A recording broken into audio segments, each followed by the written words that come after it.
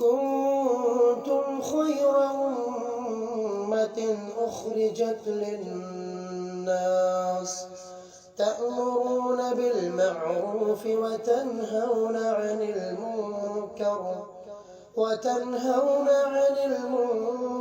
وتؤمنون بالله. السلام علیکم ورحمۃ اللہ وبرکاتہ. بسم اللہ الرحمن الرحیم وبہ نستعین. الحمد للہ رب العالمین والصلاة والسلام علی سید المرسلین وعلی آلہ وصحبہ اجمعین ومن تبعہم بإحسان الی یوم الدین. اعوذ باللہ من الشیطان الرجیم. بسم اللہ الرحمن الرحیم. ومن یتول اللہ ورسولہ والذین آمنوا فإن حزب اللہ هم الغالبون. وقال تعالی ولا تکونوا من المشرکین من الذین فرقوا دینہم وکانوا شیعا کل حزب بما لدیہم فرحون. رفیق محترم ذمہ دار جمعیت محترم فاروق عمری صاحب حفظہ اللہ، جمعیت اور مسجد کے دیگر ذمہ داران، امام صاحب، میرے بزرگوں، دینی بھائیوں، میں اپنے جذبات کا اظہار کرنے سے قاصر ہوں کہ پہلی مرتبہ آپ حضرات کے درمیان حاضر ہونے کا شرف اللہ تبارک و تعالیٰ نے عطا فرمایا. یہ ایمان اور اسلام کی نعمت کی ایک برکت ہے کہ ہم اور آپ جو پہلی مرتبہ مل رہے ہیں، ہمیں ایسا احساس ہو رہا ہے کہ بڑی دور کی اور بڑی دیر کی شناسائی ہے. اس قربت کی بنیاد دین ہے. یہ رشتہ دینی ہے جو سب سے مضبوط ہے. اس رشتے سے زیادہ، عقیدے اور منہج کے رشتے سے زیادہ مضبوط تعلق دنیا میں کوئی اور تعلق نہیں ہے. کیسا زبردست اور بابرکت تعلق ہے، ہم صحابہ کرام میں اس کی مثالیں دیکھتے ہیں. وقت محدود ہے، متعینہ عنوان جس پر گفتگو کرنا ہے وہ بہت ہی وسیع ہو سکتا ہے، لیکن اس سے بھی پہلے میں عادتاً نہیں بلکہ یوں کہنا چاہیے کہ قرآن و حدیث کی تعلیم کی روشنی میں یہ کوشش کرتا ہوں کہ ہم جس مجلس میں بیٹھے ہیں، شرکائے مجلس کو اس کی اہمیت کا احساس دلانے کے لیے، یہ بتانے کے لیے کہ یہ جو ہم اکٹھا ہوئے ہیں یہ کوئی روایت نہیں ہے. صرف یہ نہیں ہے کہ کوئی واقعہ پیش آ رہا ہے تو ہم بھی وہاں موجود تھے. جی نہیں، یہ ہمارے دین کا حصہ ہے. اور ابھی شیخ فاروق صاحب بیان کر رہے تھے کہ عبادات میں دل لگانے کا اور دل نہ لگنے کی وجہ کیا ہے، اور اس کا ایک بنیادی علاج بتایا کہ آپ اور ہم اللہ تبارک و تعالیٰ کی معرفت حاصل کریں، اس کی عظمت و کبریائی، اس کے اسماء و صفات اور اس کے جلال و عظمت کو سمجھیں تو اللہ تبارک و تعالیٰ کی عبادت میں دل لگے گا. اللہ تبارک و تعالیٰ کی عظمت و کبریائی کے نشانات اس پر اور اس سے متعلقہ چیزوں پر ایمان سے متعلق باتیں بھی ہیں، جیسے ایمان بالآخرہ، جنت اور جہنم. یہاں بھی جن چیزوں کی تفصیل بیان کی گئی ہے اگر غور سے دیکھیں تو اس میں بھی اللہ کی عظمت کے مختلف پہلو نظر آتے ہیں. جب ایک بات روز قیامت کا منظر بتاتے ہوئے کہا گیا وَالْأَرْضُ جَمِيعًا قَبْضَتُهُ يَوْمَ الْقِيَامَةِ، کہ پوری زمین قیامت کے دن اللہ کی ایک مٹھی میں ہوگی. وَالسَّمَاوَاتُ مَطْوِيَّاتٌ بِيَمِينِهِ، قرآن کا ارشاد ہے یہ. اور سارے آسمان اللہ کے داہنے ہاتھ میں لپٹے ہوئے ہوں گے. بخاری مسلم میں یہ بات تفصیل سے بیان کی گئی ہے. سارے آسمان اور زمین اللہ کے داہنے ہاتھ میں لپٹے ہوں گے اور اللہ کہے گا انا الملک این الملوک الارض، میں ہوں بادشاہ، زمین کے بادشاہ کہاں ہیں؟ کہاں ہیں زمین میں ظلم اور جبر کرنے والے؟ اللہ کی عظمت کا ایک ہلکا سا تصور کیجئے اس سے. وہاں کسی کی نہیں چلے گی. یہاں کچھ اختیارات دے رکھا ہے اللہ نے بطور امتحان. اب مالک یوم الدین جو ہوگا، یوم الدین میں صرف اسی کا اختیار ہوگا، کسی اور کی کوئی بات نہیں چلے گی.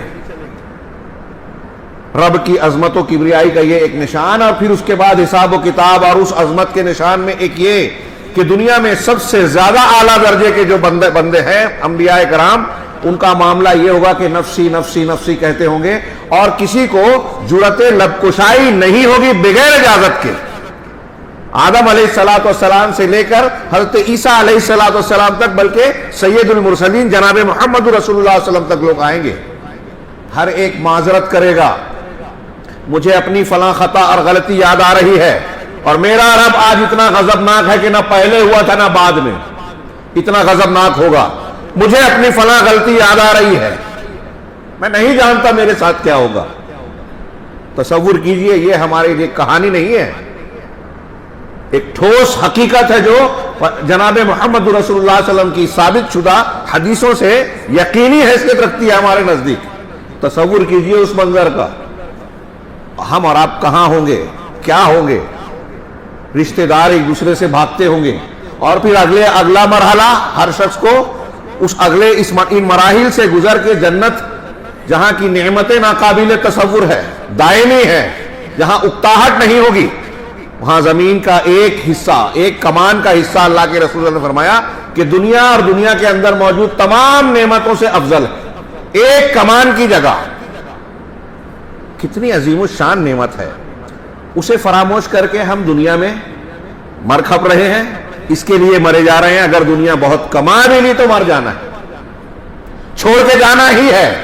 کون سی دانش مندی ہے اس کے پیچھے سب کچھ کرنا، اسے فراموش کرنا. دانش مند تو وہ تھے صحابہ کرام جن کے یہاں آخرت کی ترجیح کا یہ عالم تھا کہ دنیا کی بڑی سے بڑی رقم آتی تھی، رات میں آیا 7 لاکھ درہم، صبح ہوئی ظہر نہیں آئی، سارا کا سارا تقسیم کر دیا. آج ہمارے اعتبار سے وہ بیوقوف کہلائیں گے، اپنا نہیں سوچا، بینک بیلنس نہیں بنایا، بچوں کے بارے میں نہیں سوچا.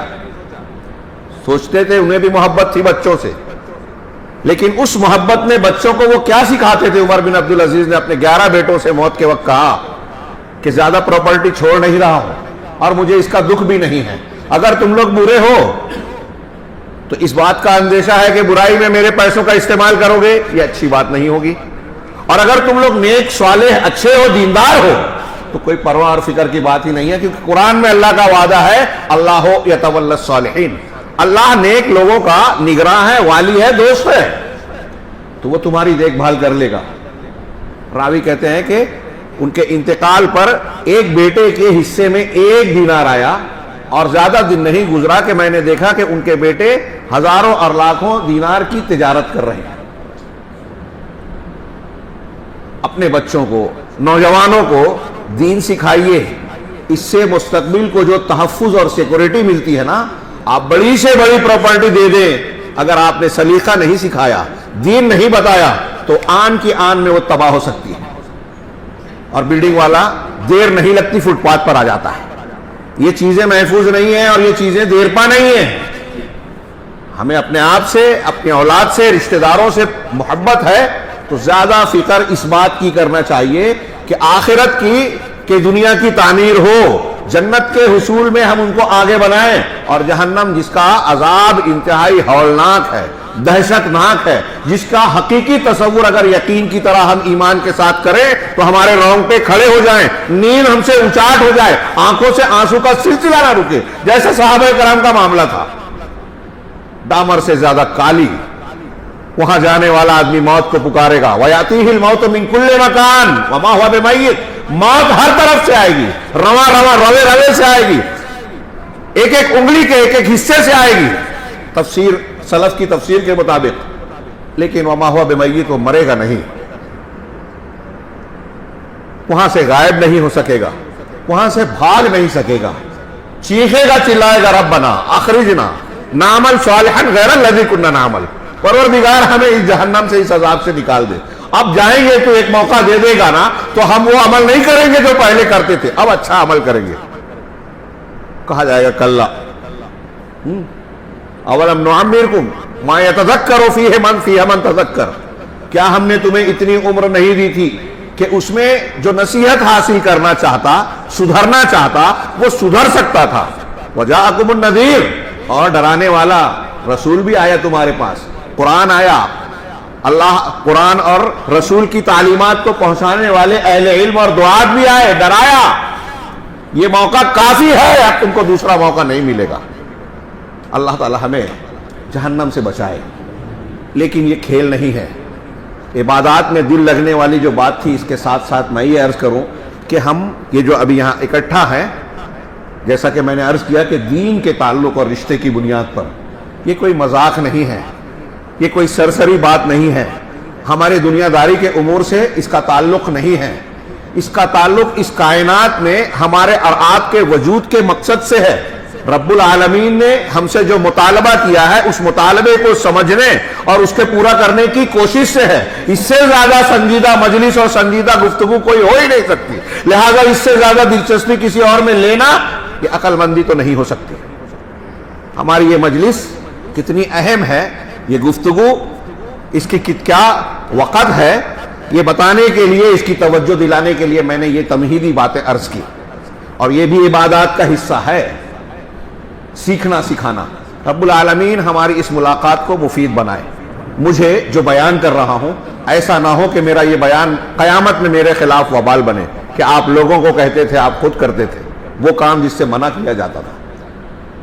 مجھے بھی پروردگار نجات عطا فرمائے اور آپ تمام کو بھی ہمارے اس ملنے کو پروردگار دنیا اور آخرت میں مفید بنائے. اور آج جو بات میں بیان کرنا چاہتا ہوں، شیخ نے کہا نوجوانوں کے حوالے سے، معاملہ صرف نوجوانوں تک ہی نہیں ہے، کم عمر اور بزرگوں تک بھی ہے. ہاں، ابھی میرے سامنے ایک کال تھا، معلم امام ثوری کے معلم عمرو بن قیس الملائی، یہ کہتے ہیں کہ اذا رأیت الشاب اول ما ينشأ مع اہل السنت والجماعہ فرجہ. کسی نوجوان کی ابتدائی حصے کو دیکھو کہ وہ اہل سنت والجماعت کے ساتھ رہتا ہے، ان کے بیچ رہتا ہے، ان کی سنگت اختیار کرتا ہے، علماء سے، اہل علم سے. اہل السنہ والجماعت صرف نام کے نہیں کہ ہم اہل حدیث ہیں، اب دین کو کچھ نہیں جانتے، گپ شپ میں دنیا داری کی مجلسوں میں وقت گزار رہے ہیں، تو کوئی مطلب نہیں ہے اہل سنت والجماعت کی نسبت رکھنے سے. جو دین کو جاننے والے ہیں ان کی مجلس میں، صحبت میں کوئی نوجوان اپنی ابتدائی عمر کا ابتدائی حصہ اگر گزارتا ہے، فرض ہو تو اس سے امید رکھو کہ یہ ٹھیک ٹھاک ہوگا، اچھا ہوگا. وَإِذَا رَأَيْتَهُ مَعَ أَهْلِ الْبِدَعِ، اور اگر تم اسے اہل بدعت کے ساتھ دیکھو، فَيَأْسْ مِنْهُ، تو اس سے مایوس ہو جاؤ. فَإِنَّ الشَّابَّ عَلَىٰ أَوَّلِ نُشُوئِهِ، اس لیے کہ نوجوان اپنی ابتدائی پرورش کی بنیاد پر پروان چڑھتا ہے. جیسی اس کی ابتدائی صحبت ہوتی ہے ویسا ہی پروان چڑھتا ہے. لہذا یہ کوئی چھوٹی موٹی یا ہلکی پھلکی بات، فروعی قسم کا موضوع نہیں ہے، یہ ہماری زندگی کی مقصدیت کو متعین کرنے والا موضوع ہے. اور اس بات کو شروع کرنے سے پہلے میں توجہ دلاؤں گا قرآن مجید کی سب سے عظیم سورت، اللہ کے نبی جناب محمد رسول اللہ صلی اللہ علیہ وسلم نے جس کو کہا اعظم سورۃ فی القرآن. ابو سعید ابن المعلا رضی اللہ تعالی عنہ نماز پڑھ رہے تھے، نبی کریم صلی اللہ علیہ وسلم کا گزار ہوا، صحیح بخاری، مسند احمد وغیرہ کی روایت ہے. آپ نے انہیں آواز دی، بلایا، انہوں نے نماز کو جاری رکھا.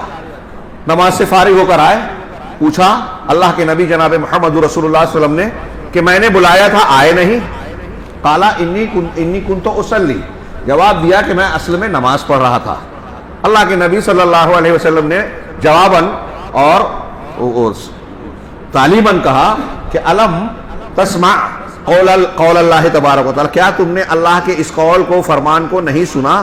یا ایھا الذین آمنوا استجیبوا للہ وللرسول اذا دعاکم لما یحییکم.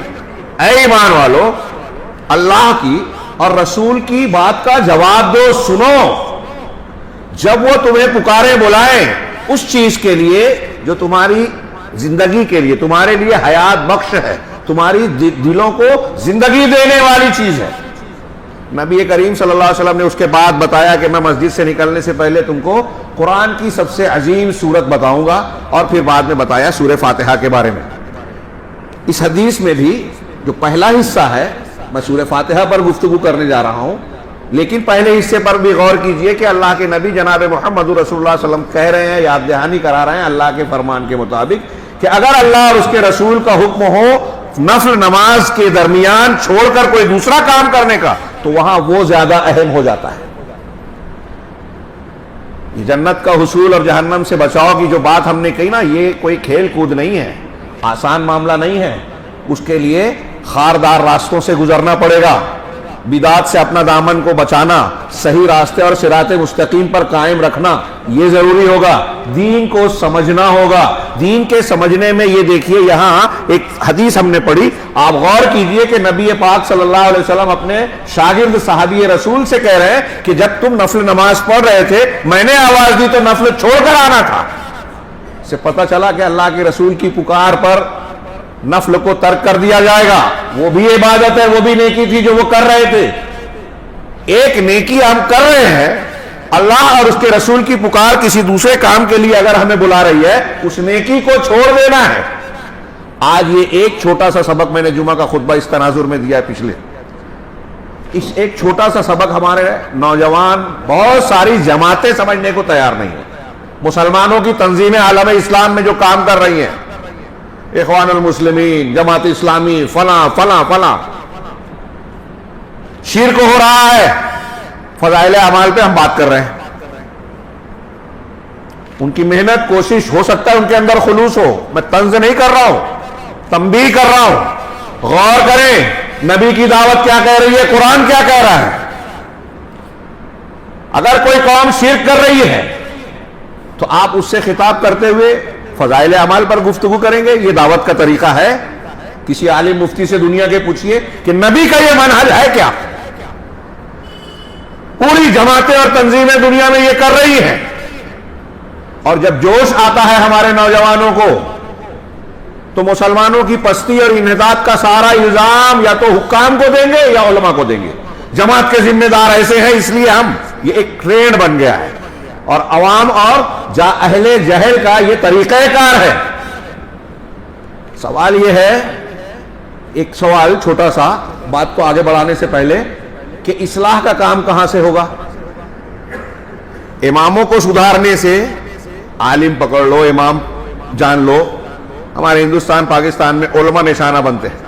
ہمارے شیخ کہہ رہے تھے ابھی تھوڑی دیر پہلے، عالم عرب میں جہاں مسلم حکومتیں لوگ حکام کو ہدف تان بناتے ہیں، مسلمانوں کی ساری پریشانیوں کی بنیاد حکام، اور ہم بے قصور. ہماری جماعت میں بھی ٹرینڈ ہے، ذمہ داران کو ہم نے کہہ دیا اور سمجھتے ہیں ہم. اگر کوئی ذمہ دار ہے، آپ یہ کہتے ہیں، ایک آدمی کہتا ہے نا، آپ اہل حدیث سے اور کہتے ہیں کہ جماعت اہل حدیث کام نہیں کرتی یا جماعت اہل حدیث میں کمزوری ہیں، تو یہ جملہ بدل دیجئے. اب سے آپ یہ کہیے کہ میں کام نہیں کرتا، میں ذمہ داری نہیں نبھاتا، کیونکہ آپ بھی جماعت کے فرد ہیں. آپ جب اپنی جماعت کو کہہ رہے ہیں تو پہلے سوال کیجئے کہ آپ کیا کرتے ہیں، اور آپ کو جو کرنا چاہیے جب آپ نہیں کرتے تو کسی اور کو بولنے کا حق نہیں ہے کہ وہ اس کو جو کرنا چاہیے وہ نہیں کر رہا ہے. وہ کیا کر رہا ہے آپ کو تو پتہ ہی نہیں ہے. میرا سوال قرآن کی روشنی میں سوال یہ ہے کہ اصلاح کے لیے حکام، قائدین اور بڑوں کو سدھارنے سے اصلاح کا کام ہوتا ہے، نبی کا انبیاء کا طریقہ ہے، یا عوام اور نچلی سطح پر سے اصلاح کا کام ہوتا ہے؟ کوئی جواب دے گا حاضرین میں سے؟ جی صحیح جواب اس کا کیا ہوگا؟ قرآن کا جواب دیکھیے. اللہ تعالیٰ کا ارشاد ہے، سورہ رعد کی بہت مشہور آیت، آپ نے بہت خطبہ سے سنی ہوگی، ان اللہ لا یغیر ما بقوم حتی یغیروا ما بانفسہم، کہ اللہ کسی قوم کی حالت کو نہیں بدلتا. ما بقوم، کسی قوم کے جو حالات ہیں اس کی تبدیلی، اس کو درست اور بہتر نہیں بناتا، تبدیل نہیں کرتا، مگر کب؟ حتی یغیروا، یہاں تک کہ وہ بدل دے ما بانفسہم، جو ان کے اپنے نفسوں کی حالت ہو. بالکل لفظی ترجمہ کیا. اپنے آپ کو اگر انہوں نے نہیں بدلا تو اللہ قوم کی حالت نہیں سدھارتا. قرآن کے اس فرمان سے کسی کو اختلاف مسلمان کو ہو سکتا ہے کیا؟ قرآن یہ کہہ رہا ہے کہ اگر آپ قوم کی اصلاح کرنا چاہتے ہو، جو لوگ حکومت کی، سیادت کی، مسلمانوں کی قوت کی بات کرتے ہیں، تحریکیں چلا رہے ہیں، تنظیمیں چلا رہے ہیں، علماء کو برا بھلا کہہ رہے ہیں، حکام کو گالیاں دے رہے ہیں، وہ اس آیت کی روشنی میں یہ سوال کریں کہ وہ دعوت و اصلاح کا وہ کام جو قرآن کہہ رہا ہے، نبی نے جو طریقہ اختیار کیا اسے اختیار کر رہے ہیں، یا کسی اور دانشور اور فلاں کے طریقے کو اختیار کر رہے ہیں. آپ حکام پر محنت کریں گے، آپ ان کو گالیاں دیں گے، آپ خلافت کو قائم کرنے کی بات کریں گے، جنگ اور لڑنے کی بات کریں گے، اس سے اصلاح ہوگی. انبیاء کرام کا یہی طریقہ تھا. کتنی صاف سیدھی بات ہے جو میں سوال اٹھا رہا ہوں, کتنی سمپل اور صاف بات ہے, لیکن قرآن اور حدیث کی یہ بالکل صاف باتیں ہیں آج ایک امت کے ایک بڑے طبقے کو سمجھ میں ہی نہیں آتی. ہمارا ایک نوجوان ہے, وہ اس قسم کی تحریکوں سے اور چیزوں سے وابستہ ہو کر امت کو اور اہل امت کو الجھنوں میں, پریشانیوں میں, اور خود اپنے آپ کو, اپنے اہل خانہ کو مصیبت میں ڈالتا ہے. فیشن بن گیا سوشل میڈیا پر, ایک خبر آئی اور تبصرہ شروع کر دیا. یہ اسلام ہے؟ آپ کے تبصرہ کرنے سے اصلاح ہوگی؟ دین کی کوئی خدمت ہو رہی ہے؟ جس حاکم کے بارے میں ابھی خبر صحیح ہے کہ غلط ہے, یہ دوسرے نمبر کی بات ہو گئی. جھوٹی خبریں بھی آئی اور لوگ کودنا اور اچھلنا شروع کر دیتے ہیں. کون سے دین کی خدمت کر رہے ہیں؟ ہم ہر نماز میں, میں واپس آ رہا ہوں, اس تمہید کو سامنے رکھ کر موضوع کی اہمیت و نزاکت کو سمجھیں. اللہ تبارک و تعالیٰ نے ہم پر نماز فرض کی. نماز کی ہر رکعت میں سورۃ الفاتحہ کی تعلیم دی کہ ہر امام ہو, مصلی ہو, دلائل ثابتہ متواترہ پختہ دلیلوں سے ثابت ہے کہ بغیر سورہ فاتحہ کے نماز نہیں ہوگی. وہ کوئی بھی ہو, مقتدی ہو, امام ہو, کچھ بھی ہو.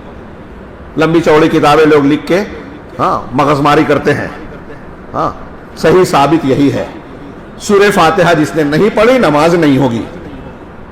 اس کی بہت سی دلیلوں میں سے ایک وہ حدیث قدسی جو صحیح مسلم اور دوسری کتب میں ہے کہ اللہ تعالیٰ ارشاد فرماتا ہے, قسمت الصلاۃ بینی و بین عبدی.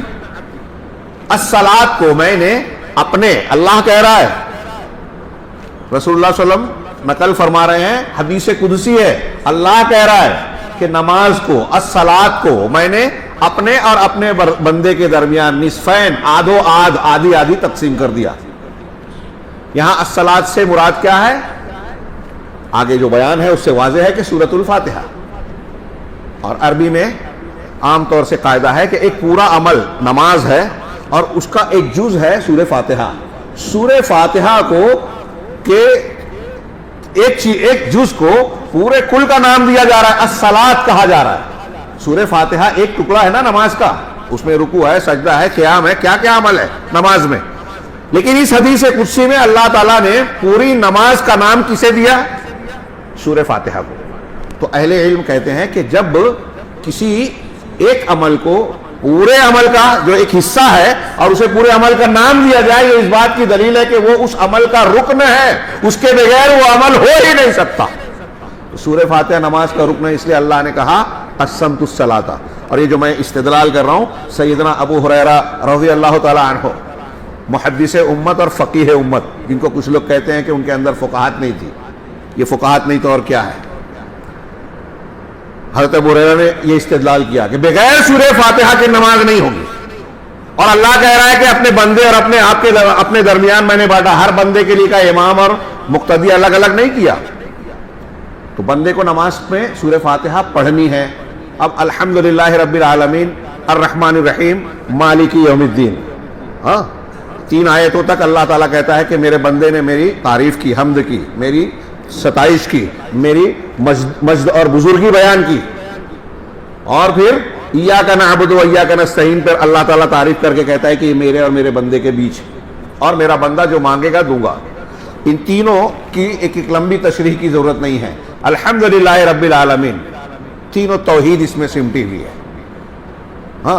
اللہ کا رب العالمین ربوبیت, اللہ الوہیت, حمدللہ تمام تعریف اللہ کے لیے, تو سارے اسماء و صفات اس میں آ گئے. الحمدللہ رب العالمین الرحمن الرحیم, صفت رحمت والے 2 نام, اسمان کریمان. مالک یوم الدین, وہ رب العالمین ہے, سب کو پال پوس رہا ہے, وجود بخشا. اس کی دلیلوں کا بھی کچھ تذکرہ آپ نے سنا, جتنی بحث کی جائے کم ہے. ربوبیت کی اتنی دلیلیں, اتنی نشانیاں ہیں. پھر ربوبیت ہی نہیں, وہ پال ہی نہیں رہا ہے اور رحمت بھی دے رہا ہے. صرف ضرورت کی چیزیں ہمیں نہیں دی, ضرورت سے زائد تفریح کا سامان بھی دیا, مہلتیں دی. رحمت کے کتنے کتنے کتنے پہلو ہیں. ہم گناہ کرتے ہیں, فوراً عذاب نہیں آتا, اللہ ڈھیل دیتا ہے. فرعون تک سے موسیٰ سے کہا کہ جا کے کہو کہ کیا, اذهب الى فرعون انه طغى فقل هل لك الى ان تزكى, کیا تو تزکیہ حاصل کرنا چاہتا ہے؟ فرعون کتنا بڑا مجرم تھا، اس کو بھی اللہ وقت دے رہا ہے، مہلت دے رہا ہے کہ توبہ کر لے گا، دین اختیار کر لے گا، تزکیہ ہو جائے گا۔ ابلیس نے دعا مانگی رب انذرنی، ہاں اللہ نے اس کی دعا بھی قبول کر لی۔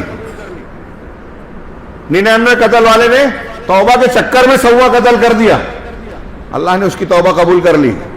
کیسی بے پایا رحمت ہے، رحمت کے کتنے پہلو ہے، کائنات کی کوئی چیز اس کی رحمت سے باہر نہیں۔ وہ الرحمن الرحیم ہے، لیکن اندھا معاملہ نہیں ہے، مالک یوم الدین بھی ہے، جزا کا دن مقرر ہے۔ اگر کسی نے ظلم و زیادتی کی ہے، سرکشی کی ہے، شرک کیا ہے تو پکڑے گا ضرور، انصاف ضرور کرے گا۔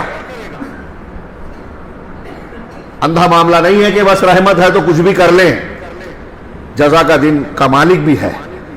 یہ سب ماننے کے بعد اللہ کی عظمت و کبریائی جب مان لی تو اس کے اسماء و صفات، اس کی الوہیت اور ربوبیت پر ایمان آ گیا، قیامت کا دن آ گیا۔ ان دونوں ایمانی بنیادوں میں متعلقہ سارے امور جنت جہنم سب آ گئے۔ اب یہ کہنے کے بعد بندہ کہہ رہا ہے ایاک نعبد و ایاک نستعین، تجھ کو سب مان لیا پروردگار، اب ہم یہ عہد و پیمان کرتے ہیں کہ ہم صرف تیری ہی عبادت کرتے ہیں۔ یہ مقصد ہے، غایت ہے، وَإِيَّاكَ نَسْتَعِينُ، اور تجھی سے مدد طلب کرتے ہیں۔ لا الہ الا اللہ کہہ کے انسان اسلام میں داخل ہوتا ہے۔ ایاک نعبد ایاک نعبد، یہ لا الہ الا اللہ کا کی ترجمانی کرتا ہے، اور وَإِيَّاكَ نَسْتَعِينُ یہ اس ایاک نعبد، ہم تیری عبادت کرتے ہیں تو کیسے کرتے ہیں؟ تیری توفیق سے، تیری مدد سے، لہذا تجھی سے مدد طلب کرتے ہیں۔ وَإِيَّاكَ نَسْتَعِينُ یہ لا حول ولا قوت کا، لا حول ولا قوت الا باللہ کی ترجمانی اس سے ہوتی ہے۔ یہ دونوں ایک دوسرے کا مفہوم بیان کرتے ہیں۔ علامہ ابن تیمیہ نے لکھا کہ بعض علماء سلف نے کہا کہ قرآن پچھلی تمام آسمانی کتابوں کا خلاصہ ہے، جامع ہے، مہیمن ہے۔ سورہ فاتحہ جو ہر نماز میں ہم کو پڑھنے کی تعلیم دی گئی، جس کے بہت سے نام ہیں اور اس کو سورۃ الدعاء بھی کہا جاتا ہے، اور اسی پہلو سے میں یہاں اس کا ذکر کر رہا ہوں کہ اللہ نے ہم کو مانگنا بھی سکھایا اسی نے۔ تو علامہ ابن تیمیہ کہتے ہیں کہ سورہ فاتحہ قرآن کا خلاصہ ہے، اور ایاک نعبد و ایاک نستعین یہ سورہ فاتحہ کا خلاصہ ہے۔ ہم کو جس مقصد سے پیدا کیا اور ہماری زندگی جن امور سے تعلق رکھتی ہے، ان تمام میں ہم کو اللہ کی عبادت کا مقصد ملحوظ رکھنا ہے، اور زندگی کے ہر موڑ پر اللہ سے مدد مانگنی ہے۔ یہی ہماری زندگی کا خلاصہ ہے، اور اسی کے لیے اللہ نے ہم کو پیدا کیا۔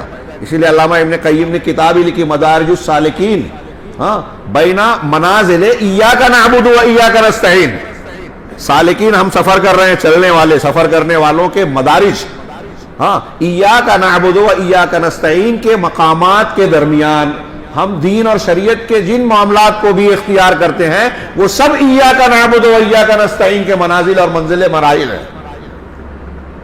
اب جب بندے نے یہ کہا ایاک نعبد و ایاک نستعین، تو اس نے عقیدہ اختیار کر لیا، صحیح کر لیا۔ اللہ تعالیٰ نے یہاں تک کہا کہ بندے کو اور اپنے درمیان نماز کو میں نے آدھا آدھا بانٹا ہے، آدھا میرے لیے ہے،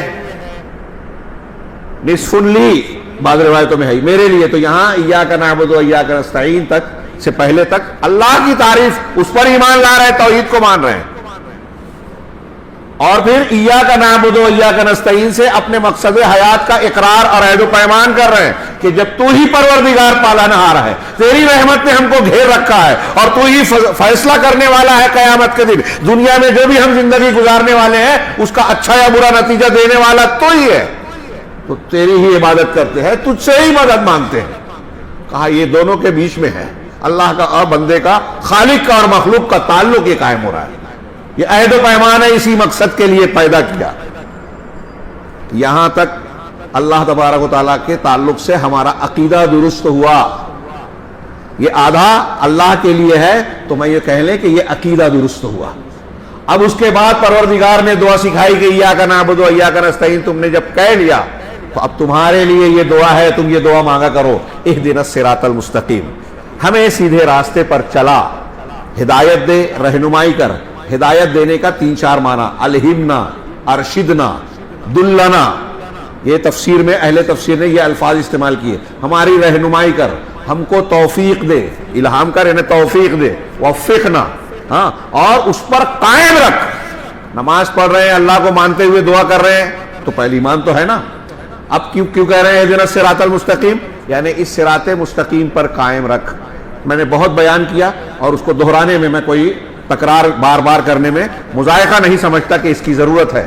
شیخ الاسلام علامہ ابن تیمیہ کہتے ہیں کہ ہر رکعت میں ہم کو اللہ نے, رسول نے یہ تعلیم دی ہے اہدنا الصراط المستقیم کی دعا مانگے.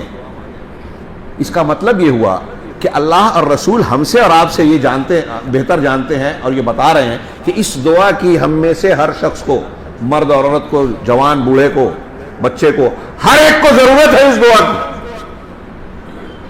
اس دعا کی ضرورت ہے کہ صراط مستقیم بتا, اس پر چلا, اس پر قائم رکھ. کیونکہ شیاطین الانس اور شیاطین الجن اس صراط مستقیم سے بھٹکانے کے لیے گام گام پر کھڑے ہیں. فتنوں کی یلغار ہے پوری دنیا میں. ان فتنوں میں سے کسی فتنے کا آپ ہم کوئی شکار ہو گیا, صراط مستقیم سے ہٹ گیا. اس لیے ہر روز ہر رکعت میں دعا کیجئے, اخلاص کے ساتھ, رسم کے طور پر نہیں, عادت کے طور پر نہیں, عبادت کے طور پر, سمجھ کر دل کی گہرائیوں سے کہ پروردگار سیدھے راستہ دکھا, اس پر قائم رکھ. چھوٹی موٹی بات نہیں ہے. ہماری زندگی کے سفر کے لیے سب سے پہلا قدم, سب سے بنیادی پتھر ہے یہ معاملہ خطا ہو گیا. اگر صراط مستقیم نہیں ہے, ہم دیکھ رہے ہیں, یہ عبرت کی بات ہے. زندگیاں کھپا دی لوگوں نے دین کی خدمت کے نام پر, شرک اور توحید پتہ نہیں ہے. زندگی لگا دی, دین کا کام کر رہے ہیں. ہمارے بیچ میں ارد گرد میں پائے جاتے ہیں.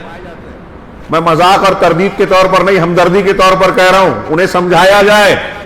محنت کر رہے ہیں, وقت لگا رہے ہیں, پیسہ لگا رہے ہیں, اور نہ جانے کیا کیا ان کے جذبات ہیں. لیکن آپ ساری محنت کرنے کے بعد اگر شرک اکبر, کفر اکبر, بدعت میں, اور ایسی بدعت جو کفر تک پہنچانے والی اگر مبتلا ہیں, تو آپ کے سارے اعمال بیکار ہیں. کتنی, تھوڑی دیر کے لیے سوچئے کہ اس دعا کی کتنی ضرورت ہے. اور یہ ایک سنگل دعا نہیں ہے جو ہم نماز میں اور سورہ فاتحہ کے ذریعے سے بار بار دہراتے ہیں. فرض میں بھی, نوافل میں بھی, وتر میں بھی, نماز جنازہ میں بھی پڑھنا ہے, سنت ہے, ضروری ہے.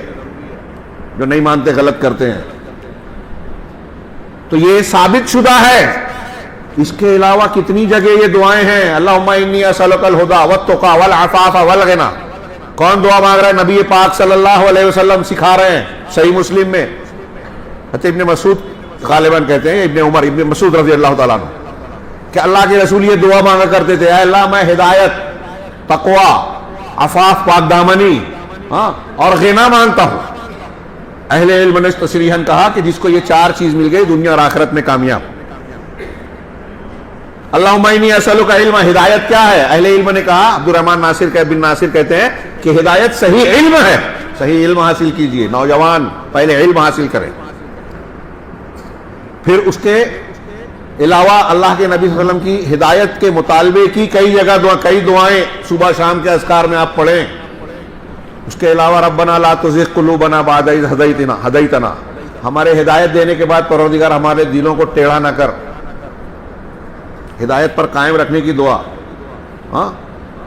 اللہ کے نبی سے حضرت عائشہ سے پوچھا کہ آپ کی زیادہ تر دعا کیا ہوتی تھی, تو کہتی تھی کہ آپ زیادہ تر دعا مانگتے تھے یا مقلب القلوب ثبت قلبی علی دینک, اے دلوں کو پھیرنے والے میرے دل کو اپنے دین پر جمائے رکھ. دین پر, یہی اہدنا الصراط المستقیم کی یہ تفاسیر ہیں. بار بار مختلف پیرایوں اور الفاظ میں دعا مانگنا. سوچئے, تھوڑی دیر کے لیے غور کیجئے کہ اللہ کے نبی جناب محمد رسول اللہ علیہ وسلم اس دعا کو مختلف انداز میں, اس کے مثبت اور منفی پہلو کو دونوں کے اعتبار سے ہم کو تعلیم دے رہے ہیں. کتنی اہمیت کی بات ہے یہ کہ ہم اپنے آپ کو, اپنے سیدھے راستے کو جانیں, اس کی حفاظت کریں, اور اس میں کجی اور ٹیڑھ پن سے اپنے آپ کو بچائیں. اہدنا الصراط المستقیم, صراط مستقیم کی ہدایت دے. ابھی ہم یہی پڑھنے والے ہیں, سبیل المومنین شیخ نے مجھے عنوان دیا, اس میں پڑھنے والے ہیں کہ سبیل المومنین میں صراط مستقیم کیا ہے؟ وہ ایک ہے, پہلا قاعدہ. وہ ایک راستہ ہے جو اللہ نے دیا, رسول نے بتایا. اس ایک راستے سے جو ہٹے گا فرقہ بن جائے گا. اللہ کے رسول نے صاف صاف بتایا, یہ کوئی چھپانے والی بات نہیں ہے, یا ایسی بات نہیں ہے کہ ہم آنکھیں بند کر لیں.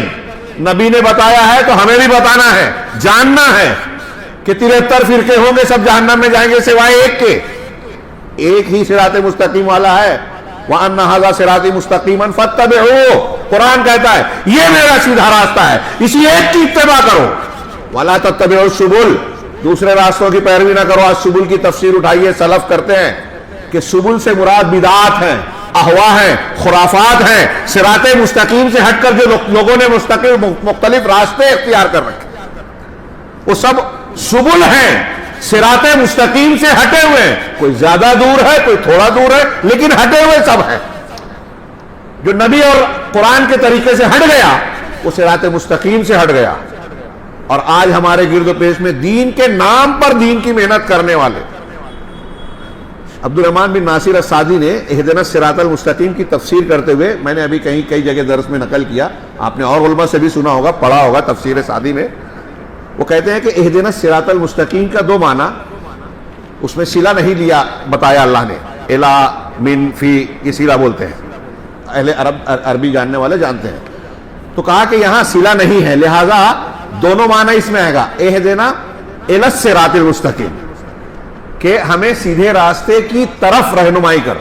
تو اس کا جب الی کا معنی کریں گے تو عبد الرحمن بن ناصر السعدی نے کہا کہ اس کا معنی یہ ہوگا کہ دنیا میں بہت سارے مذاہب ہیں، عیسائیت ہے، یہودیت ہے، جین مت، بدھ مت، فلاں مذہب، فلاں جتنے اسلام کے علاوہ مذاہب ہیں، ان ظلمات سے، باطل مذاہب سے بچا کر پروردگار تیرا جو دین حق ہے وَرَضِيتُ لَكُمُ الْإِسْلَامَ دِينًا، اس صراط مستقیم کی ہمیں توفیق دے۔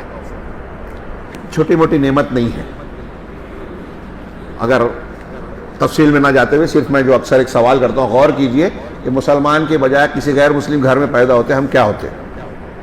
عیسائی گھر میں، یہودی گھر میں، ہندو گھر میں، کتنی بڑی نعمت ہے۔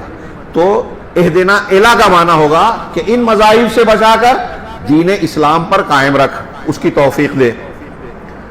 اور اگر اس کو کہے اہدنا فی الصراط، صراط مستقیم کے اندر ہم کو ہدایت دے، تو اب صراط مستقیم کو لوگوں نے بانٹ دیا، اس میں صحیح راستے پر قائم رکھ، یعنی بہت سے منہج ہیں، بہت سے مسلک لوگوں نے بنا لیے، کوئی پیر صاحب کو مان رہا ہے، کوئی فلاں عقلی مذہب کو مان رہا ہے، کوئی دانشور اور مفکر کے نام پر انکار حدیث کی طرف جا رہا ہے، کوئی حکومت قائم کرنے کی بات کر رہا ہے، توحید کو توحید حاکمیت میں سمیٹ دیا، دین کو سیاست بنا دیا، کسی نے فضائل کو دین میں سمیٹ دیا، کوئی جو ہے وہ صرف روحانیت کے نام پر تصوف کو اختیار کر رہا ہے، کوئی لفظیت خارجیت کے طریقوں کو اختیار کر رہا ہے۔ ان تمام سے بچا کر اس راستے پر چلا جو تیرے نبی کا اور صحابہ کا منہج ہے۔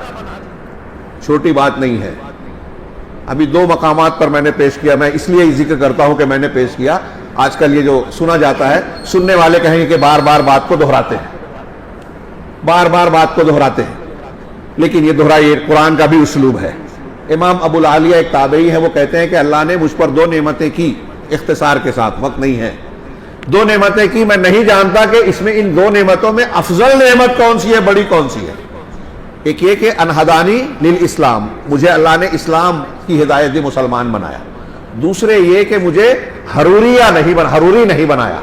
اس وقت خارجیوں کو حروری بھی کہا جاتا ہے، حرورہ شہر کا نام تھا، اس کی طرف نسبت، اور اس وقت اہل بدعت میں اتنے فرقے نہیں تھے، تابعین کا دور تھا یہ، حروری، روافظ، مرجیہ، ایسے چند فرقے پیدا تھے۔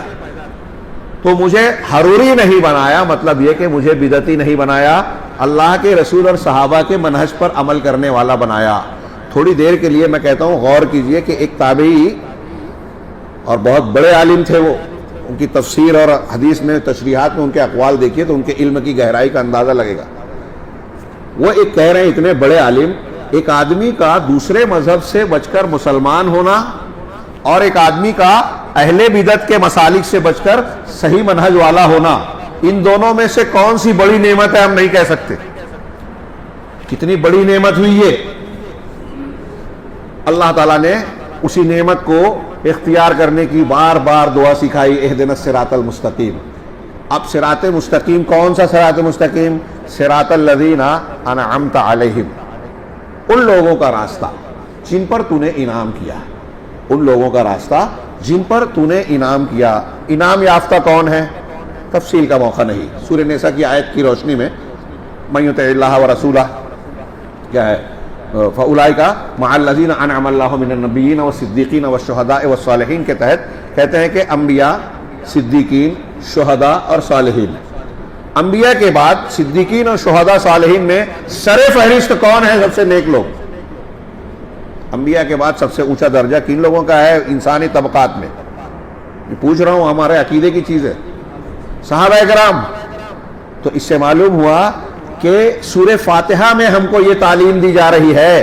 سورہ فاتحہ میں اور انعمت علیہم میں صدیقین ہے. بعض علماء نے کہا، غالباً علامہ شنقیطی نہیں، علامہ آلوسی میں بھول رہا ہوں، شنقیطی نے کہا اس سے صدیق اکبر کا قرآن سے فضیلت ثابت ہوتی ہے. انبیاء کے بعد صدیقین کہا اور حضرت ابوبکر صدیق کو صدیق کہا گیا،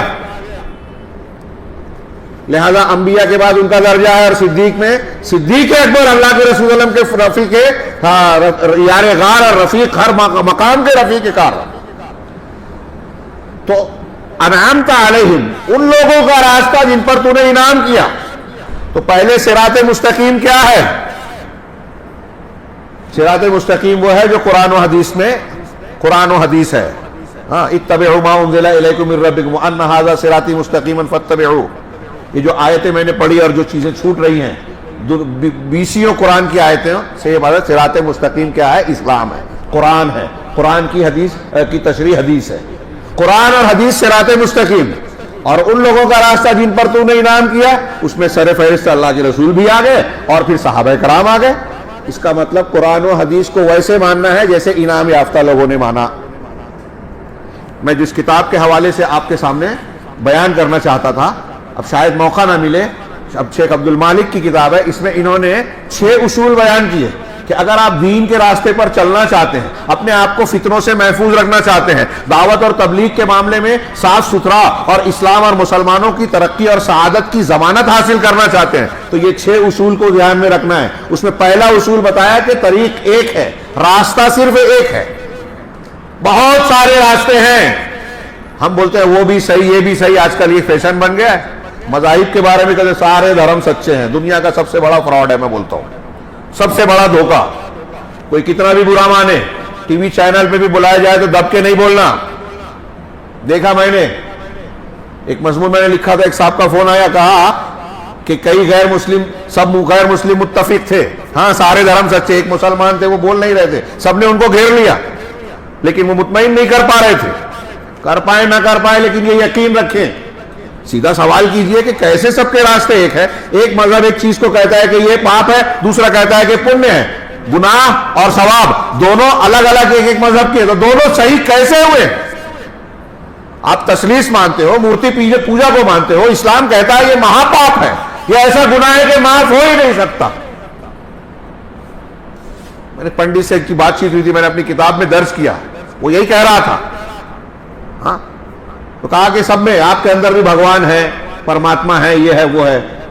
میں نے قرآن والا اسکول اللہ احد اللہ الصمد ترجمہ کیا، سوال کیا، وہ جواب نہیں دے رہا ہے، گھما پھرا کے باتیں کر رہے ہیں. تو جذباتی انداز میں وہ باتیں کرتے ہیں. ہمارے ہاں بھی یہ چیزیں پیش ہوتی ہیں. بات کہاں سے پھیلتی جا رہی ہے. میں یہ عرض کرنا چاہتا ہوں کہ دین کے سلسلے میں ایک بات یہ کہ سچا راستہ، سیدھا راستہ ایک ہی ہے، باقی سب ظلمات ہیں، نور ایک ہے، سب سبل ہے، صراط مستقیم ایک ہے. تو یہ پہلا قاعدہ کہ یہ دماغ میں رکھیں. ہاں، 73 فرقوں والی حدیث اور ایسی کئی حدیثوں کا اور دلیلوں کا انہوں نے ذکر کیا اور بڑی پیاری کچھ بحثیں کی ہے، لیکن اس کا موقع نہیں رہا. تو صراط الذین انعمت علیہم. اب اس میں دوسرا قاعدہ انہوں نے بتایا کہ قرآن اور حدیث کی اتباع کرنی ہے. اگر آپ چاہتے ہیں دنیا کے جتنے مسلمان فرقے ہیں، وہ اخوانی ہو، فلانے ہو، دھماکے ہو، تحریکی ہو، صوفی ہو، بظاہر سب کہتے ہیں کہ ہم قرآن حدیث مانتے ہیں. صوفی بظاہر کہتے ہیں، حقیقت میں نہیں کہتے. روافظ نہیں کہتے، قرآن کو محرف مانتے ہیں، لیکن ظاہر یہ ہوتا ہے، ظاہر یہ کیا جاتا ہے آپ قرآن حدیث اور رسول کو مانتے ہیں. ایسا ہے نہیں. قرآن حدیث کو کیسے ماننا ہے؟ وَمَن يُشَاقِقِ الرَّسُولَ مِن بَعْدِ مَا تَبَيَّنَ لَهُ الْهُدَىٰ وَيَتَّبِعْ غَيْرَ سَبِيلِ الْمُؤْمِنِينَ نُوَلِّهِ مَا تَوَلَّىٰ وَنُصْلِهِ جَهَنَّمَ. یہ ایک دلیل کے طور پر میں دے رہا ہوں، صرف بطور نمونہ. 20 دلیلیں، یہاں کئی دلیلیں نقل کی. صراط الذین انعمت علیہم کو بھی ذکر کیا. کہ جو رسول کی مخالفت کرے حق کے واضح ہو جانے کے بعد اور مومنین کے راستے کی مخالفت کرے، سبیل المومنین کے خلاف جائے، نولہ ما تولی، تو وہ جس راستے پر چل رہا ہے چلنے دیں گے، ونصلہ جہنم، اور جہنم میں ڈال دیں گے۔ کھیل تماشے کی بات ہے، ہمارا نوجوان آج کل اس کو سننے کو تیار نہیں ہے، علماء کرام اسے بیان کر رہے ہیں، ہاں، اور وہ گوگل پہ ادھر ادھر کی دانشوری کی بات سن کر ایسے لوگوں کے پیچھے جو عالم بھی نہیں ہے۔ یہ ایک مستقل موضوع ہے، شیخ نے ضمن ذکر کیا تھا کہ علماء کی ناقدری، علماء پر تنقید کرنا، علماء سے تعلق نہ قائم کرنا، یہ گمراہی کی ایک بنیادی وجہ ہے۔ اس میں تیسرا قاعدہ یہی بتایا ہے، تیسرا کہ قیادت، سیادت علم کی بنیاد پر ملتی ہے، علماء کی وجہ سے ہدایت ملتی ہے۔ 20 قول ہیں، آج کے خطاب میں نے ذکر کیا۔ سعید بن جبیر سے پوچھا گیا کہ ہلاکت کب آئے گی؟ کہا جب تمہارے علماء کم ہو جائیں گے۔ اللہ نے، رسول اللہ صلی اللہ علیہ وسلم نے قیامت کی نشانی بتائی کہ علماء، علم اٹھا لیا جائے گا، جہالت عام ہو جائے گی۔ علم کیسے اٹھائے گا اللہ تعالیٰ؟ علماء کو اٹھا کر، سینے سے علم نہیں اٹھائے گا۔ یہ بخاری مسلم کی حدیث کے مفہوم کو میں اپنے الفاظ میں بیان کر رہا ہوں۔ علماء کو اٹھا کر علم، اس کا مطلب جب علماء اٹھیں گے تو علم اٹھے گا، علم اٹھے گا جہالت پھیلے گی، جہالت پھیلے گی تو فتنے آئیں گے۔ قرآن حدیث کہہ رہی ہے، اس کا مطلب علماء کتنی بڑی نعمت ہے۔ کون سے علماء؟ علماء ربانیین، قرآن و حدیث کو جاننے والے، اس پر عمل کرنے والے، تقوی اور پرہیزگاری اختیار کر، چھوٹی موٹی نعمت نہیں ہے۔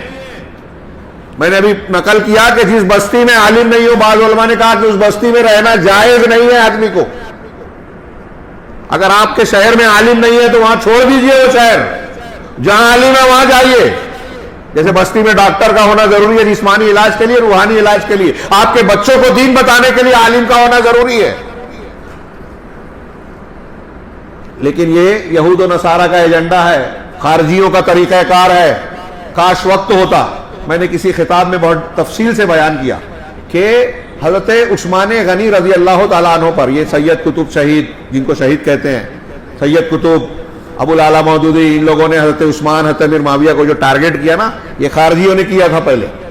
عبداللہ بن سبا نے جب مخالفتیں شروع کی، یہودی تھا، مسلمانوں کو نقصان پہنچانے کے لیے مسلمان میں داخل ہوا، جب اس نے ان کے خلاف بولنے کی کوشش کی تو براہ راست اس زمانے میں ممکن نہیں تھا کہ حکام کے خلاف، صحابہ کے خلاف بات کو سن لے میں، صحابہ کے خلاف بات کو سن لے میں، اس زمانے میں یہ ممکن نہیں تھا۔ یہ اہل بدعت کا جو طریقہ تھا، روافض اور خوارج کا۔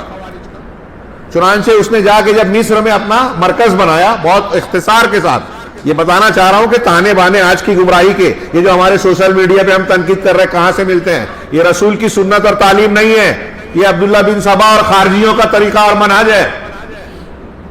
تو اس نے اپنے لوگوں کو، کچھ لوگوں کو، ٹولیوں کو تیار کیا، اپنے گرگوں کو، چیلوں کو، اور کہا کہ مسلمانوں میں بے چینی پیدا کرنی ہے، خلیفہ کے خلاف اکسانا ہے، مسلمان حکومت کو کمزور کرنا ہے۔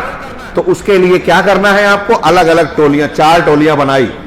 ہاں، مکہ اور مدینہ میں جاؤ، لوگوں سے ملاقات کرو، اور اس میں جو حکام ہیں ان پر تنقید کرو، قرآن و حدیث کے حوالے سے ان کے اندر برائیاں اور عیب تلاش کرو، لوگوں کو ان سے بدگمان کرو، اور تم اس مقصد کو پیش کرنے کے لیے اپنی ذاتی دشمنی یا کوئی بنیاد نہ بیان کرو، بلکہ یہ ظاہر کرو کہ تم امر بالمعروف اور نہی عن المنکر کا فریضہ انجام دے رہے ہو۔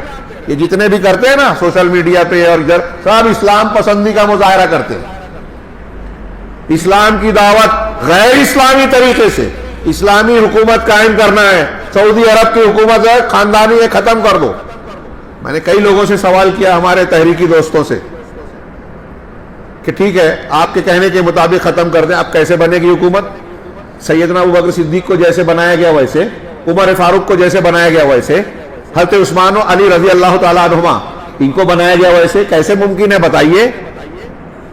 یا پھر وہی ناچ ناچا جائے گا جو تیونس میں، مصر میں، لیبیا میں، عراق کا صدام حسین کچھ بھی رہا ہو، کرنل معمر قذافی کتنا بھی ملحد قسم کا رہا ہو، لیکن ان کی موجودگی میں وہاں امن چین تھا، لوگ کام کر رہے تھے۔ آج کے لیبیا میں، آج کے عراق میں، آج کے شام میں جائیے دیکھیے کیا حال ہے۔ جان مال عزت و آبرو کسی کی محفوظ نہیں ہے. یہ تحریکی یہی چاہتے ہیں کہ سعودی عرب میں بھی مکہ مدینہ میں بھی اسی طرح کی بے چینی بدامنی اضطراب ہو, لوگوں کی جان مال محفوظ نہ رہے. جب دشمنان اسلام چاہیں اعلی کار کو استعمال کر کے لوگوں کی جان مال سے, اسلام اور مسلمانوں سے کھیلیں, اور ہم اس کے اعلی کار بنتے ہیں, سوشل میڈیا پہ فارورڈ کرتے ہیں ان کی الٹی سیدھی خبروں. یہ ایجنڈا ہے یہود و نصارہ کا. علماء سے دور کرو, حکام سے بدزن کرو, اور خاص طور سے یہ ان کے, آج میں بار بار مختلف مقامات پر کہتا آ رہا ہوں کہ آن ریکارڈ یہ بات آ چکی کہ ان کے تھنک ٹینک, ان کے دانشوروں کی یہ کہنا ہے کہ اگر ہم کو کسی مسلمانوں کے طبقے سے سب سے زیادہ خطرہ ہے تو وہ سلفی ہیں, اہل الحدیث ہیں, ابوبکر صدیق اور عمر فاروق کے دین پر عمل کرنے والے ہیں. یہ وہ کہتے ہیں, اللہ کے گھر میں پوری ذمہ داری کے ساتھ کہہ رہا ہوں, آن ریکارڈ آ چکی ہے یہ باتیں. ان کا یہ کہنا ہے غیر مسلموں کا کہ اصلی اسلام کس کے پاس ہے, ہمارے مسلمان نوجوان جاننے ماننے کے لیے تیار نہیں ہے. یہ سعودی عرب کو کہتے ہیں کہ یہ ایجنٹ ہے ان کا. کون سعودی عرب؟ جہاں شرک اور بدعت نہیں ہے, وہ بھی مانتے ہیں شرک اور بدعت کرنے والے. یہ ایک چیز کے علاوہ کیا چاہیے؟ دین ہمارا کیا ہے؟ توحید اور سنت کی اتباع اور توحید کی ضد. یہ جو میں سورہ فاتحہ کا میں نے بیان, آدھا عقیدہ صحیح ہو اس کی ضد شرک ہے, دوسرا منہج صحیح ہو اس کی ضد بدعت اور خرافات ہے. سعودی عرب میں نہیں ہے یہ. عمومی سطح پر چوری چھپے کوئی دنیا روئے زمین کا کوئی حصہ گناہوں سے خالی نہیں ہے, فرشتے کہیں نہیں ملیں گے. عمومی سطح پر جو خوبیاں یہ اس طرح کی ہے, قرآن کی تقسیم, دعوت و تبلیغ, پوری دنیا کے طلبہ کو پڑھانا, مساجد مدارس کی تعلیم کی تعمیر, دعوت و تبلیغ کو تقویت دینا. پوری دنیا میں کہیں بھی اگر عیسائیت سے یہودیت سے ٹکراؤ ہے علمی سطح پر کتابوں کی شکل میں, تو سعودی عرب اور کویت اکیلے دو ملک ہیں جو مسلمان دعوت, اسلامی دعوت کے کاج کو آگے بڑھا رہے ہیں. پورے افریقی ملک میں بے شمار عیسائی مبلغین کا مقابلہ سعودی عرب کے دعات نے کیا. سعودی عرب سے مدد پانے والے دعات نے اسلامک سینٹرز قائم کیا. کئی سو, یہ ہوائی بات نہیں ہے, آپ تحقیق کر لیجئے, کئی سو ایسے عیسائی پادری جو کہ اسلام کے مسلمانوں کو عیسائی بنانے کے لیے وہاں گئے تھے, وہاں سعودی عرب کے بھیجے ہوئے دعات کی کوششوں سے, اسلامک سینٹرز کی کوششوں سے وہ مسلمان ہو گئے خود. کئی سو بلکہ کئی ہزار. یہ خدمت نہیں ہے. یورپ امریکہ میں اسلامک سینٹرز اور لائبریریاں بنانا یہ خدمت نہیں ہے. اور جو شرک کی آبیاری کر رہے ہیں, جو ان کے اعلی کار بنتے ہیں, ترکی, ایران, پوری تاریخ میں ان شیعوں نے ہمیشہ اسلام اور مسلمانوں کے خلاف دشمنوں کا ساتھ دیا. ان کی ہم بات کرتے ہیں. بات کو میں سمیٹوں, یہ اشارے میں نے کیے, بہت سارے خطابات میں یہ باتیں تفصیل سے بیان کی ہے. ہاں, بات کو سمیٹوں. صراط الذین انعمت علیہم غیر المغضوب علیہم ولا الضالین. یہاں دیکھیے کہ انعام یافتہ لوگوں کا طریقہ اختیار کرنا اور مغضوب علیہم اور ضالین کے طریقے سے بچنا, یہاں دو پہلو ہیں اگلے اصول کی روشنی میں. دو پہلو کیا ہے؟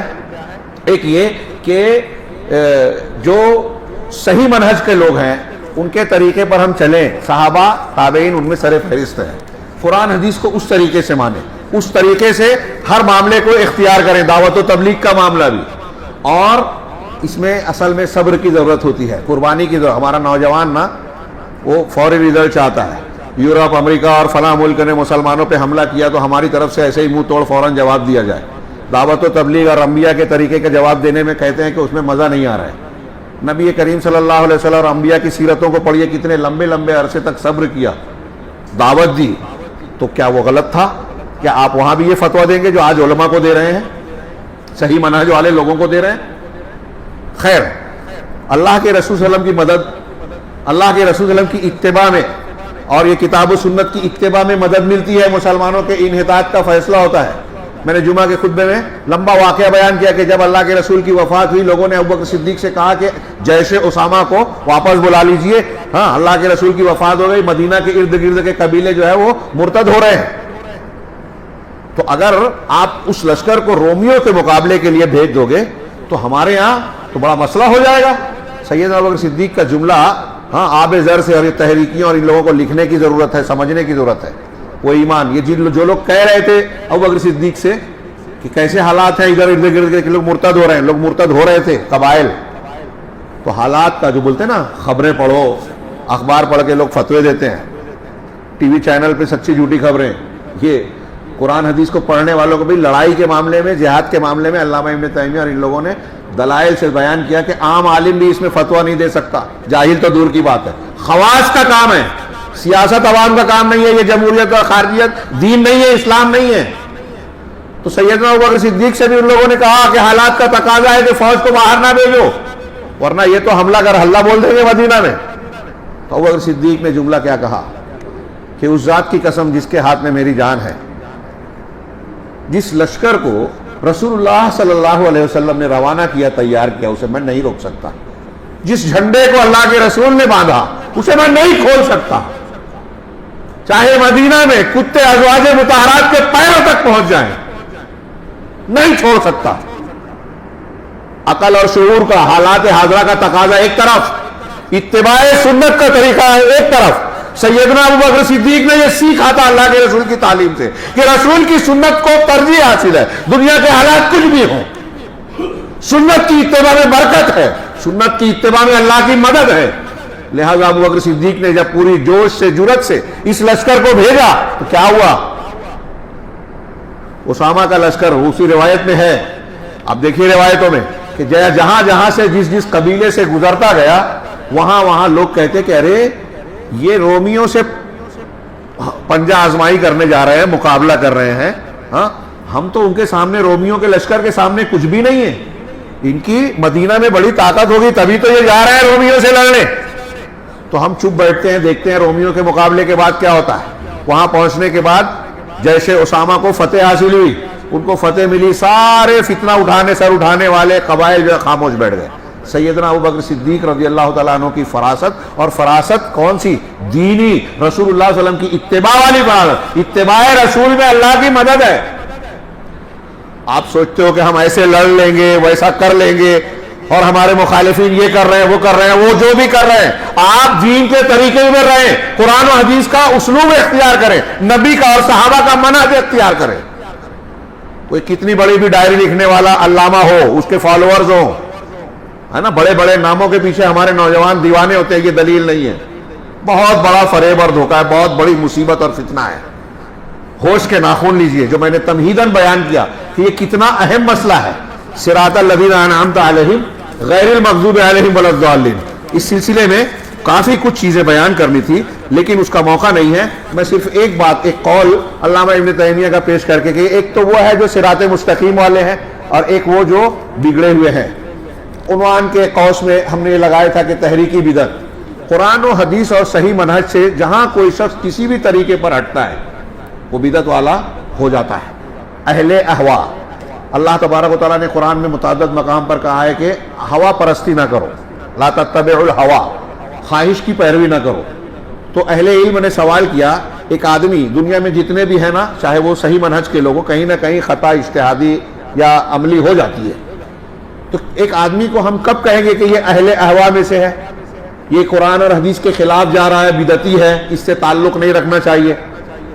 ابھی شعبان کا مہینہ ہے، کچھ لوگ بدعت کا ارتکاب کریں گے، تو کس بنیاد پر ہم کسی کو اہل بدعت مانیں گے اور اس کو الگ مانیں گے؟ تو اس کی وضاحت کرتے ہوئے بہت سارے اقوال میں سے صرف ایک قول پیش کر رہا ہوں۔ علامہ ابن تیمیہ کہتے ہیں کہ وہ بدعت جس کی وجہ سے آدمی اہل اہوا میں شمار ہوگا، اسے اہل سنت سے الگ مانا جائے گا۔ کون ہوگا؟ کہ جو سنت کے جاننے والے علماء کے نزدیک قرآن و حدیث کی جو تعلیمات ہیں اس کی خلاف ورزی کرنے والا جو شخص ہوگا، واضح طور پر جو قرآن و حدیث کی واضح تعلیمات ہیں اس کی مخالفت کرنے والا۔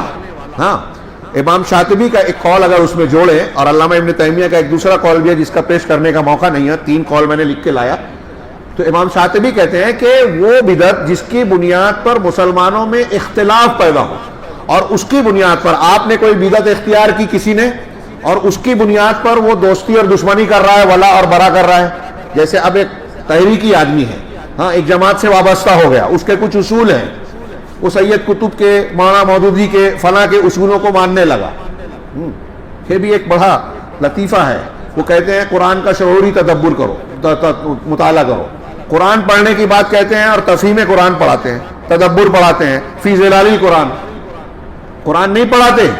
سید قطب، مولانا مودودی اور مولانا فراہی اور فلاں کی تحریر کو قرآن کے حوالے سے، قرآن کے نام پر ان کی فکر کو پڑھاتے ہیں، یہ بھی اچھی طرح سمجھے. قرآن بھی پڑھنا ہے تو سلف کے منہج پر پڑھنا ہے. تو خیر ہے، امام شاطبی کے قول اور علامہ ابن تیمیہ کے قول کو ملا کر میں یہ سمجھانا چاہتا ہوں کہ اگر کوئی طریقہ اختیار کرتا ہے قرآن حدیث سے ہٹ کے اور اس کی بنیاد پر دوستی اور دشمنی کا معاملہ طے کرتا ہے کہ جو ہمارا موافق ہے وہ سچا، جو ہمارے خلاف ہے اس کو الزام دیا. سید قطب نے کہا کہ دنیا میں آج جتنے بھی مسلم معاشرے ہیں سب کافر. وہ مسجد میں امام نماز پڑھا رہا ہے یا اذان دے رہا ہے، اشہد ان لا الہ الا اللہ اشہد ان محمد رسول اللہ کا اعلان کر رہا ہے، لیکن وہ ہے جاہلی معاشرہ، کافر ہے. ان کا ذبیحہ اہل کتاب سمجھ کے کھایا جائے گا. سید قطب نے یہاں تک کہا، اشماوی نے خود لکھا کہ میں ان کے پاس پہنچا، جمعہ کا دن تک، کہا چلو جمعہ کی اذان ہو رہی ہے نماز پڑھے. کہا خلیفہ نہیں ہے تو جمعہ نہیں ہے. جمعہ کی نماز وہ پڑھتے ہی نہیں تھے.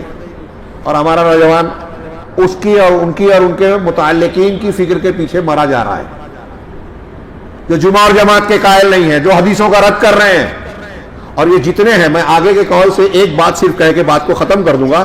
آگے انہوں نے کہا کہ یہ بدعتی اہل اہوا کون ہے؟ جیسے خوارج کی بدعت، روافض کی بدعت، قدریہ کی بدعت، مرجیہ کی بدعت. خوارج جو کبیرہ گناہ کا ارتکاب کرنے والے کو اسلام سے خارج اور کافر کہتے تھے، نتیجے میں حضرت علی اور بڑے بڑے صحابہ کو کافر کہا، ان کو قتل بھی کیا. کافر کہہ کے مسلمان کے خون کو، مال کو حلال کر لیا، ان کی عورتوں کو حلال مان لیا. یہ خارجی ہیں. ایک بہت مختصر تعارف. اس کے بالکل خلاف مرجیہ ہیں. ایمان کو اتنے ایک آدمی نے کلمہ پڑھ لیا، اب وہ کوئی بھی گناہ کر لے کافر نہیں. ہاں. اس کے بعد روافض ہیں، اہل بیت کے سلسلے میں غلو اور صحابہ کرام کو مرتد قرار دیتے ہیں، قرآن کو محرف مانتے ہیں. ان کا پورا اسلام ہمارے اسلام کے پیرالل چلتا ہے، ہر چیز میں مخالفت. اثنا عشری خمینی کا فتویٰ تھا. اگر کہیں کوئی سنی شیعہ آدمی ہے، سنی شیعہ عالم نہیں ہے، کوئی ضرورت ہو تو سنی عالم سے فتویٰ پوچھ لے. سنی عالم جو فتویٰ دے دے اس کی خلاف ورزی کرے. میں ایک چھوٹی سی مثال دے رہا ہوں ان کے مسلک کا مزاج. سنی عالم جو فتویٰ دے دے تو اس کی مخالفت کرے یہ شیعہ. اگر وہ غلط بھی کرے گا تو مخالفت سنی کا ثواب ضرور ملے گا. ان کے مذہب کی بنیاد ہے مخالفت سنی. کوئی ایک عمل عقیدے سے لے کر آداب تک کوئی ایک عمل، وضو میں بھی ان کی مخالفت ہے. اللہ تعالیٰ کے عقیدے میں اللہ کو بدا والا مانتے ہیں، سب چیزوں کا علم نہیں ہے، تقدیر کا انکار کرتے ہیں اور نہ جانے کیا کیا. قرآن کو محرف مانتے ہیں. 1 2 5 7 نہیں 5000 سے زائد روایتیں ان کی امہات الکتب میں ہے کہ یہ قرآن محرف ہے اور ہر قسم کی تحریف اس میں موجود ہے. نعوذ باللہ من ذالک. خیر، بات کافی وقت زیادہ ہو رہا ہے، بات کو سمیٹتے ہیں کہ روافض اور قدریہ جو تقدیر کا انکار کرنے والے ہیں. ہاں، عبداللہ ابن مبارک، علامہ ابن تیمیہ کہہ رہے ہیں کہ شیخ عبداللہ ابن مبارک، یوسف ابن اسباط اور ان کے علاوہ کئی علماء نے یہ کہا، یہ جملہ غور سے سنیے، وہ کئی علماء نے کہا کہ 72 فرقے، اللہ کے رسول نے کہا نا کہ 73 ہوں گے، سب جہنم میں سوائے ایک کے، نجات پانے والا ایک ہوگا، سب جہنم میں جائیں گے. تو جو 72 ہوں گے، تو جو 72 فرقے ہیں ان کے اصول، جڑ، بنیاد یہی 4 فرقے ہیں: خوارج، روافض، قدریہ، مرجیہ. کسی موقع سے اس کی تفصیل بیان کروں گا، یہاں صرف اختصار کے ساتھ یہ کہ نوجوانوں کو، جو لوگ یہ نعروں سے اور اس سے متاثر ہوتے ہیں، فلاں کام فلاں ٹی وی پہ آ رہا ہے، فلاں کی کتاب اتنی مقبول ہو گئے، اس کے اتنے فالوورز ہیں، کہ جتنے گروہ ہیں بدعتی، جتنے صوفی ہوں، تحریکی ہوں، فضائل اعمال والے ہوں، ہاں، اور جتنے گروہ ہمارے ارد گرد پائے جاتے ہیں، آپ ان کا تھوڑا سا مطالعہ کریں. یہ 4 جو گمراہ اہل بدعت کے اصول اور جڑ بتائے گئے نا، کہ 72 فرقوں کی جڑ بنیاد یہ 4 ہیں. ان چاروں کے اثرات جتنے بدعتی ہیں سب جگہ نظر آئیں گے. کاش وقت ہوتا میں تحریکیوں کے بارے میں اس سے پہلے خطابات میں بیان کیا ہوں کہ ان کے یہاں خارجیت ہے، گناہ کبیرہ کا ارتکاب، ووٹ دینا شرک ہے. جماعت اسلامی کا مولانا مودودی صاحب کا فتویٰ تھا، ان کی گود میں پلنے والی تنظیم پر پابندی لگی. یہ فتویٰ دیتے تھے صاحب مرتد. ابھی وہ جماعت اسلامی والوں کو بھی کہہ رہے ہیں کہ سیاسی پارٹی بنا لی، مرتد ہو گئے. ان کے لوگ فتویٰ دے رہے ہیں، کافر مرتد ہونے کا فتویٰ دے رہے ہیں. تکفیر کا فتنہ، گناہ کے ارتکاب پر تکفیر کا فتنہ، اور پھر کافر قرار دے کے ان کے خلاف جنگ. ہمارے یہاں کچھ شدت والا معاملہ زبانی اور علماء کے خلاف ضرور ہے. آپ عالم اسلام میں جائیں، ہزاروں لوگوں کو قتل کروایا لوگوں نے. آپ سوڈان کی، الجزائر کی، شام کی، ہاں، مصر کی، ان ممالک کی تاریخ پڑھی ابھی تازہ، خون کے آنسو روئیں گے. مسلمان کو یہ مسجدوں میں دھماکے ہو جاتے ہیں اور اس طرح کے، یہ داعش پیدا ہوئی، دروز اور دوسرے لوگ مسلمانوں کو قتل کرتے ہیں. کس بنیاد پر؟ آپ کے اطراف کے کچھ لوگ گئے تھے نا داعش کے نام پر، یہی نہ اپنے والدین کی سنا، نہ علماء کی، نہ بزرگوں کی، چلے گئے دو جذباتی ہو کر، واپس آئے کہا کہ داعش وہ نہیں ہے جو ہم سمجھتے تھے. ارے ہم تو کہہ رہے ہیں نا وہ نہیں ہے جو وہ بتاتے ہیں. وہ اسلام کے خادم نہیں ہے، یہود و نصارہ کے خادم ہیں، ان کے اعلی کار ہیں، ان کا کام آسان کر رہے ہیں. یہ انہوں نے تشکیل دیا اور بنایا ہے. شو کیا جاتا ہے کہ یہ سلفی ہیں، سلفیوں کو وہ دھمکی دیتے ہیں کہ سلفیوں کو ہم مار ڈالیں گے.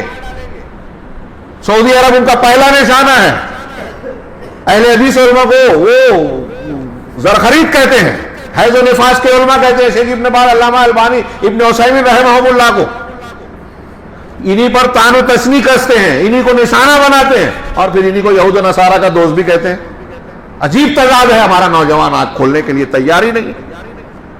تو یہ جو خلافت، اسلام پسندی کے جو نام لیے جا رہے ہیں، یہ اسلام کی خدمت نہیں کی جا رہی ہے. آپ ان کے یہاں دیکھیے کہ روافظ کے افکار ملیں گے، رافضیوں کا، خارجیوں کا، اور اسی طریقے سے یہ قدریہ اور مرجیہ کا. ابھی اسی کتاب میں شیخ نے بڑی اچھی جگہوں پر لکھا ہے کہ حیرت انگیز بات یہ ہے کہ یہ مسلمان، سچے مسلمانوں کے لیے جو اہل دعوت حق ہیں، صحیح منہج والے سعودی عرب اور علماء، سلفی علماء، ان کے حق میں یہ لوگ خارجی ہیں. یہ تحریکی جو ہے خارجیت برتتے ہیں کہ ان کو مار ڈالو، قتل کر دو، یہ کر دو، ان کے لیے خارجی ہیں. اور جو ان کے حکام ہیں جن سے ان کو موافقت ہوتی ہے تو وہ شرک کر لیں، قبر پہ جا کے وہ کچھ بھی کر لے، وہ حرم پہ بم چلا دے، تو ان کے تعلق سے یہ مرجیہ ہیں. ان کا سب گناہ معاف، مرجیہ، اور ان کی چھوٹا سا گناہ بھی معاف نہیں ہے، یہ خارجیت. تو ان کے یہاں سریت ہے، ان کے یہاں رافضیت ہے. ہاں، ان کے یہاں صوفیہ کا وہ جو عقیدہ ہے وحدت الوجودی ہندوؤں والا، یہ پایا جاتا ہے. اللہ تعالیٰ کے اسماء و صفات کے بارے میں جو گمراہ اور بدعتی فرقوں کا عقیدہ ہے وہ تحریکیوں کے یہاں. ہمارے یہاں جو احناف پائے جاتے ہیں، شریعت ماتریدیت کے ماننے والے، ان کے یہاں یہ چاری بنیادی قسم کی گمراہیاں اور بدعتیں پائی جاتی ہیں. ان کے ہوتے ہوئے اب آپ پڑھیے اہدنا الصراط المستقیم صراط الذین انعمت علیہم غیر المغضوب علیہم ولا الضالین. اگر آپ اللہ سے واقعی یہ دعا مانگ رہے ہیں، اور جو تفصیل میں نے بتائی، اگر آپ کو فی الحال یہ لگتا ہے کہ میں نے غلط بیان کیا، آدھا ادھورا بیان کیا، یقیناً بہت کم بیان کیا، تو آپ اس کی تحقیق کریں. اور جب تحقیق کریں گے تو حقیقت میں آپ اہدنا الصراط المستقیم صراط الذین انعمت علیہم غیر المغضوب علیہم ولا الضالین کی دعا کے تقاضے پر عمل کریں گے، اور ممکن ہے کہ آپ کو صحیح راہ ملے. اور اس وقت جب آپ کو صحیح راہ ملے تو یقین جانیے کہ اس سے بڑی نعمت کوئی نہیں ہوگی. پھر آپ کی گردن کٹ جائے یا کچھ بھی ہو جائے، اس صحیح راستے کو نہ چھوڑیے، اس لیے کہ اس سے بڑی نعمت کوئی نہیں. اللہ تعالیٰ ہمیں صحیح دین کو سمجھنے اور اسی پر عمل کرنے کی توفیق عطا فرمائے. دنیا میں بھی اس کے ذریعے سے فتنوں سے محفوظ رکھے، اور جب اس حق پر ہماری موت آئے تو آخرت کے تمام مراحل بھی اللہ تعالیٰ آسان فرمائے. آخرت میں بھی اپنے ہر قسم کے عذاب سے ہمیں محفوظ رکھے. اقول قولی ھذا واستغفر اللہ لکم ولسائر المسلمین وصلی اللہ علی نبینا محمد. اپنی نشست سے اٹھتے ہوئے میں پھر اس مسجد کے ذمہ داران، تمام بزرگوں اور حاضرین کا شکریہ ادا کرتا ہوں. اللہ کا شکر ادا کرنے کے